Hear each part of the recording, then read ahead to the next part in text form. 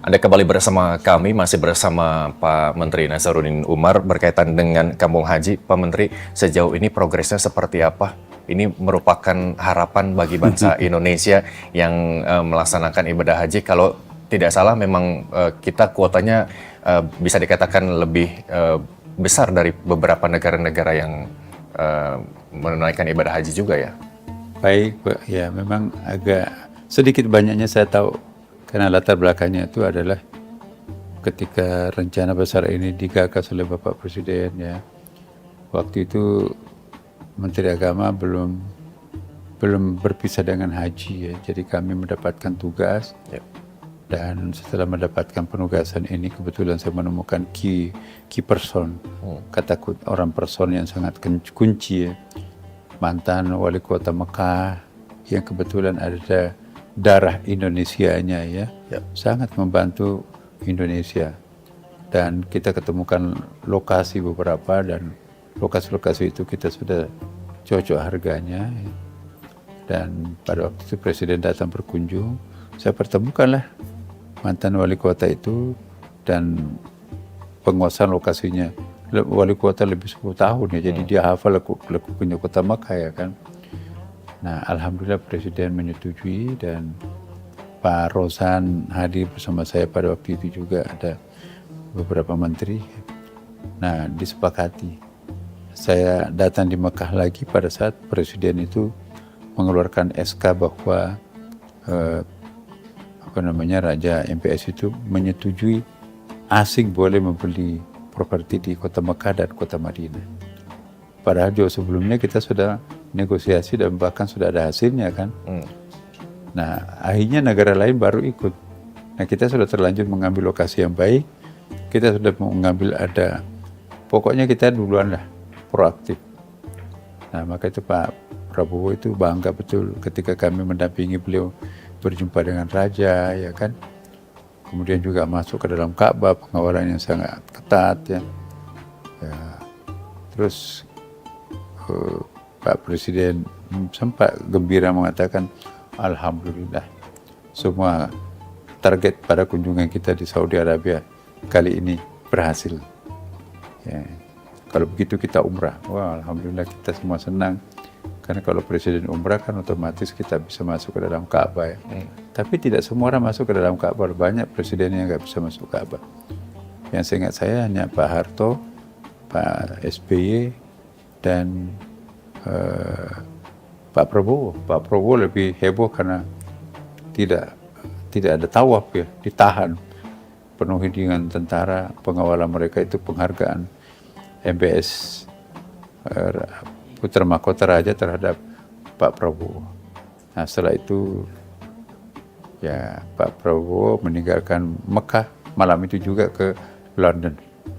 Jadi poin yang sangat penting bahwa perkampungan haji sudah siap untuk dihuni sebagian, yang lainnya nanti masih akan dibangun. Oke, kalau masyarakat perlu gambarannya, Pak Menteri boleh gambarin nggak sih di sana tuh bentuknya kayak apa, wilayahnya seperti apa, fasilitas apa yang bisa dimanfaatkan oleh jemaah haji kita di sana? Karena kontur tanahnya Mekah itu kan ada gunung, Ka'bah itu kan di lembah ya, kayak baskom tuh, jadi ada gunung turun naik. Nah, salah satu di antara proyek kita nanti itu adalah ada terowongan. Jadi ada terowongan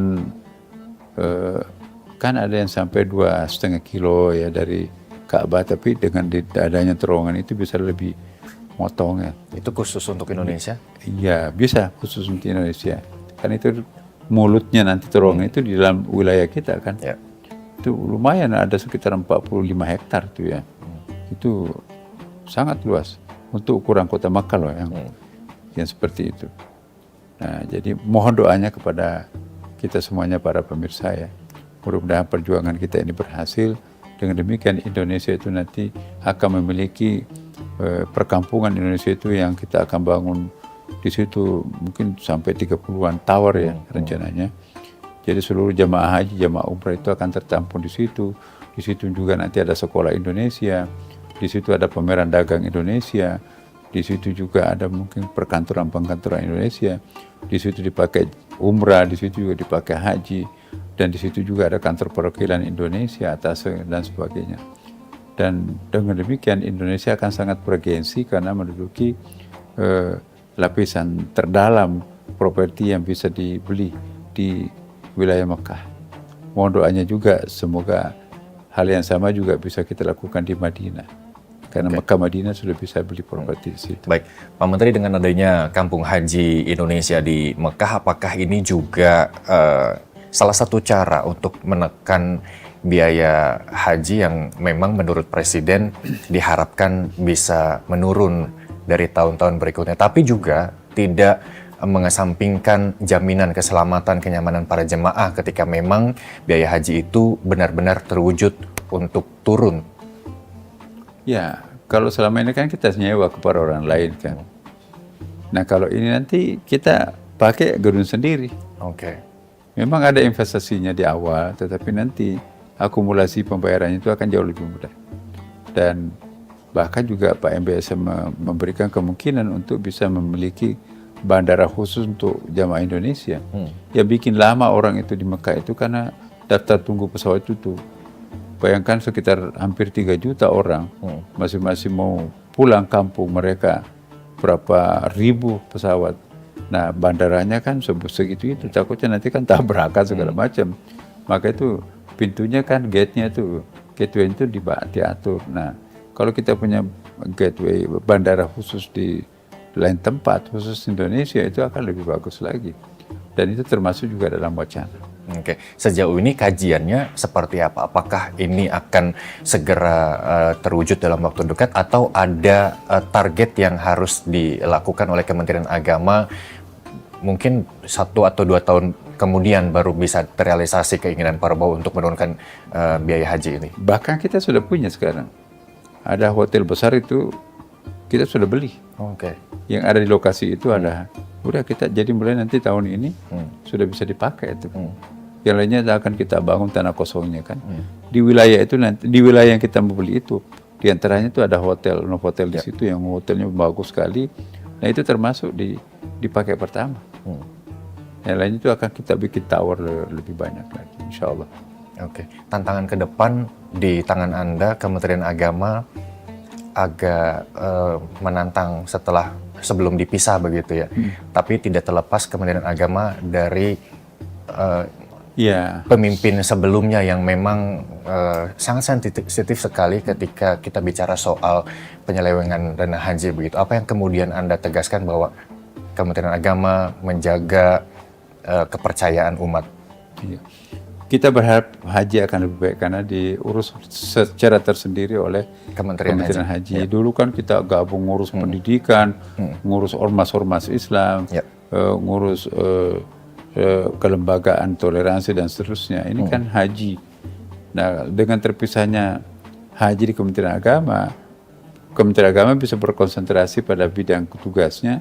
Haji pun juga bisa lebih berkonsentrasi mengurus haji. Tapi kembali lagi tadi ya, saya sih mengatakan insya Allah nanti akan menjadi tugasnya Kementerian Haji untuk menindaklanjuti apa yang pernah kita rintis itu ya. Tapi Pak Prabowo masih mengatakan waktu kemarin itu, nah, Anda yang merintis, jadi tetap Anda juga diminta untuk mengawal. Ya tentunya kita yang ke depan adalah Kementerian Haji lah. Kita sejauh itu dibutuhkan kita bantu, tapi yang jelas bahwa Presiden yang ada di atasnya, kita harus bantu semuanya. Oke, balik lagi ke dalam negeri, ke tanah air kita, Pak Menteri. Kalau Lebaran kan identik dengan arus mudik dan arus balik. Kemarin di arus mudik ada program Masjid Singgah begitu ya. Kalau saya salah tolong koreksi, bahwa program Ekspedisi Masjid Indonesia 2026 ini menyiapkan sebanyak 6.859 masjid di jalur mudik begitu. Bagaimana kemudian ini diterapkan kembali di arus balik nanti kita hadapi setelah Lebaran ini? Apa yang kemudian Kementerian Agama siapkan? Jadi begini, tahun-tahun yang lampau kita bangun posko-posko di tempat-tempat tertentu. Posko itu kan harus mendirikan kemah lah, kemudian juga bikin toilet, segala macam. Nah, kenapa nggak memanfaatkan masjid yang berseliweran di mana-mana? Ada di pinggir jalan. Maka tahun lalu sebetulnya kami, karena kita kan baru tahun lalu ya, saya komunikasi dengan Kementerian Perhubungan. Alhamdulillah kita pakai separuh masjid itu untuk ini. Akhirnya berhasil menurunkan tingkat kemacetan, dan yang paling penting menurunkan angka kematian, kecelakaan. Nah ini lebih siap kita, karena kita sudah menyiapkan 6.800 lebih. Dan itu masih akan bertambah. Itu masjid. Kami juga akan nanti minta kerjasamanya teman-teman kita dari gereja yang di pinggir jalan ya. Pertama, agar masjid-masjid itu membuka masjidnya 24 jam. Termasuk juga membuka toiletnya, pintu-pintunya di situ full airnya. Syukur-syukur kalau mereka menyiapkan kopi, terutama kepada para sopirnya, dengan niat bahwa mudah-mudahan tidak jadi ngantuk, akhirnya tidak masuk ke jurang misalnya kan. Itu sangat penting itu. Dan yang paling penting juga bahwa mudik itu kan programnya H-7 ya kan. Berarti masih 7 hari lagi akan puasa. Nah, Kan lebaran maksudnya? Iya, masih 7 hari akan lebaran. Berarti masyarakat masih membutuhkan buka puasa kan. Kami menghimbau kepada 8.000 sekian masjid itu untuk menyiapkan takjil, air minum, syukur-syukur kalau makan berat. Ya, kemudian juga tempat menyusui bayi, kemudian juga tempat untuk tidur-tiduran, kemudian juga kalau ada bengkel diperkenalkan di situ ya. Kemudian parkirnya kalau bisa free, kemudian juga ada jasa tukang pijit yang mungkin supirnya perlu dipijit. Jadi masyarakat itu berkontribusi apa dibutuhkan, tentu mandiri kan ya. Kemudian juga yang paling penting adalah masjid itu bisa tempat istirahat para supir dengan tenang. Apalagi ini kan masih musim hujan ya kan. Kalau kemah, daya tampungnya kemah berapa, tapi kalau masjid kan bisa lebih luas. Nah kami nanti pasang merek masjid ramah pemudik ya kan. Jadi para pemudik di situ juga disiapkan ada kopi, ada teh, kemudian juga ada toilet terbuka 24 jam, kemudian juga ada kamar-kamar khusus bagi perempuan mau ganti baju mungkin. Dan saya juga sekaligus menghimbau bahwa masjid-masjid itu jangan hanya melayani umat Islam. Oh ya kamu jangan masuk, kamu nggak pakai kerudung, no. Siapapun, ya layani mereka. Jadi bukan hablum minallah saja, tapi hablum minannas juga diutamakan begitu ya? Iya, insya Allah. Oke, nah ini juga mungkin sebagai saran dari Pak Menteri, karena bukan hanya momen mudik saja, tapi juga momen hari-hari biasa, masjid memang dikhususkan untuk masyarakat beribadah, karena masih banyak masjid-masjid yang melarang masyarakat untuk beristirahat, beribadah, dan masih ada jam operasional tertentu begitu. Apa yang kemudian Pak Menteri sampaikan? Jadi kita melihat fungsi masjidnya Nabi pada waktu itu ya.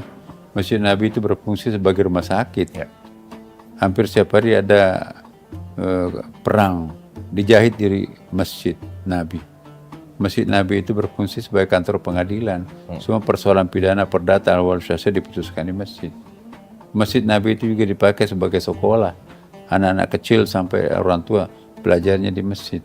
Masjid Nabi itu tempat keterampilan seperti salon kecantikan, menyamak kulit, kemudian juga memperbaiki barang-barang rusak. Kemudian juga termasuk di dalamnya itu membuat senjata canggih, tukang kayu, tukang besi. Masjid Nabi itu juga berfungsi sebagai tempat pertemuan masjid, termasuk non-muslim. Pernah Nabi menerima 60 orang tokoh lintas agama di masjidnya, dipimpin oleh Abdul Masih dari Kristen Ortodoks. Nabi menjamu makanan dan minuman di masjid, non-muslim loh itu ya. Nah kemudian juga masjid Nabi itu berfungsi ya untuk mengontrol populasi penduduk, jumlah penduduknya ya kan. Kalau ada yang kelaparan, bahkan menara masjid Nabi itu digunakan untuk melihat dari ketinggian rumah-rumah mana yang selalu berasap dapurnya, rumah-rumah mana yang tidak pernah berasap dapurnya, turun untuk menjembatani kedua kelompok yang berbeda ini. Jadi kalau menerima tamu seperti tadi, ini musafir itu kan, menjamu musafir itu pahalanya besar, apalagi bulan Ramadan. Jadi saya menghimbau kepada masjid-masjid, musala-musala yang dilewati, dan rumah-rumah ibadah yang lain, bukalah. Karena masjid itu adalah rumah besar untuk kemanusiaan. Oke, baik. Terakhir Pak Menteri, di momen Idul Fitri ini boleh ucapkan selamat Idul Fitri ke masyarakat dan juga utamanya pemirsa Nusantara TV. Silakan Pak Menteri. Baik para pemirsa Nusantara TV dimanapun juga berada, saya Nasruddin Umar secara pribadi maupun sebagai Menteri Agama atau Imam Besar Masjid Istiqlal Jakarta, kebetulan kami berada di ruang perpustakaan di Masjid Istiqlal ini ya. Di sini ada koridor, ada American Cornell, ada Chinese Cornell, ada Turkish Cornell, ada Saudi Arabian Cornell, ada Iraqian Cornell, dan perpustakaannya lengkap masing-masing ya.